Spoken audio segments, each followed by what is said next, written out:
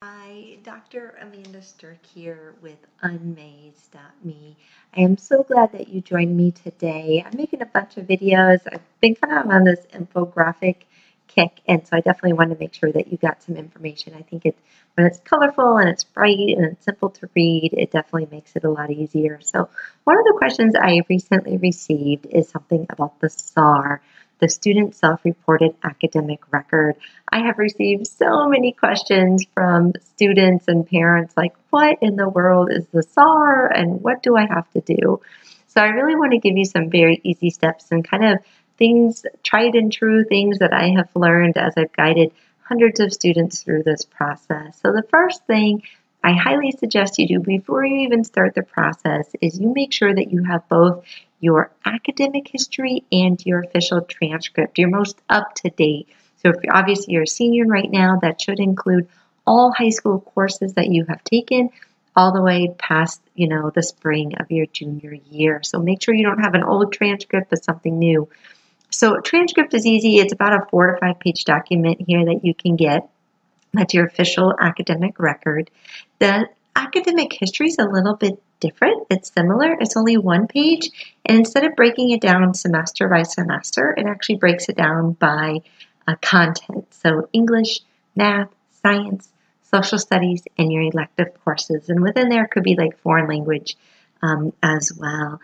And so the reason I like the academic history is just nice and clean, and it shows the credit as kind of together. And so it just makes a lot more sense, and it's easier when you're inputting the information, and it clearly states like you took this in 2014 and 2015 and half a credit or full credit.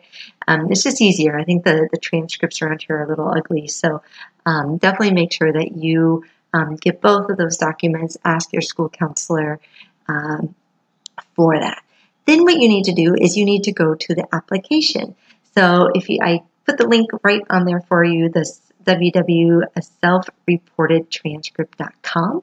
So basically what it's doing is you are entering in that official transcript. The university is taking that information and is manipulating it based on the information they feel is most important when it comes to their college admissions. So basically, what is that? They're looking for your courses that you've taken, and if they've been college courses, like an ACE, an IB, a dual enrollment, AP, things like that. And they're also looking at your core recalculated GPA. If you don't know what that is, definitely check out my website, unmaze.me. Under the resources, I wrote this long blog post. It's not that long. You'll read it in just a few minutes. But it breaks down 3 different students and what their recalculated GPA is and how it's vastly different than what you think of your unweighted or even your weighted GPA. And so that's what they're doing. So these universities are manipulating that data. They're pulling out what they really don't want to see and what they want to see. And so that's why they do that, okay? Now, obviously don't lie. Be as truthful as possible. Every year, about the admission rep at UF had told me they resend about 5 to 10 admissions decisions because they lied on their transcript. So make sure that you do not do that you keep it as honest. Now, mistakes happen. If there is a mistake that happens, you need to talk to the admission representative and they can open that back up. But make sure that you meet all the deadlines, because if you don't do it in time for the deadline, then it's done. They can't open it anymore. If you are a dual enrollment student, this is really important. You have to go off of that high school transcript, not your college transcript. So while you have taken ENC 1101, Composition 1 is a prime example. On the college side, you get 3 college credits. On the high school side, you get 1 high school credit.